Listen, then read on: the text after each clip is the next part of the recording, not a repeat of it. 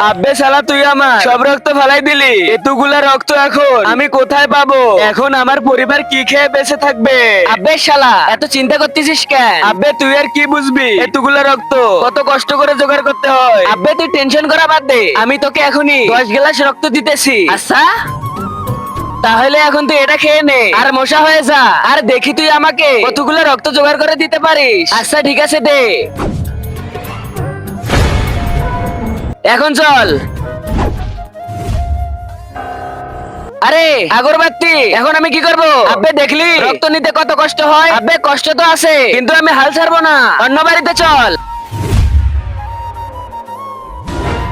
আরে এখানে গুড নাই, এখান থেকে চল।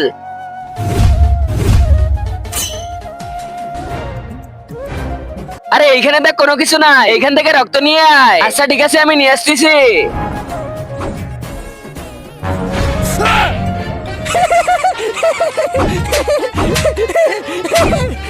আব্বে তুই কখনো আমাকে মারতে পারবি না, কারণ আমাকে মারতে হলে আগরবাতি আর গুড নাইট লাগবে, কিন্তু তোর কাছে কোনো কিছু নাই, এই জন্য তুই আমাকে মারতে পারবি না। ওর থেকে ভয়ঙ্কর জিনিস আমার কাছে আছে। কি? তারপর কি হয়েছিল দেখার আগে তুমি যদি তোমার মা বাবাকে ভালোবেসে থাকো, তাহলে ভিডিওতে লাইক দিয়ে এই সাদা কালার সাবস্ক্রাইব বাটনটা চাপ দিয়ে সাবস্ক্রাইব করে দাও। আর যদি তুমি লাইক সাবস্ক্রাইব না করো, তাহলে আমি ভেবে নিব যে তুমি তোমার মা বাবাকে ভালোই বাসো না, আর কমেন্ট বক্সে বলে যাও আই লাভ ইউ মা বাবা। তাহলে এই দেখ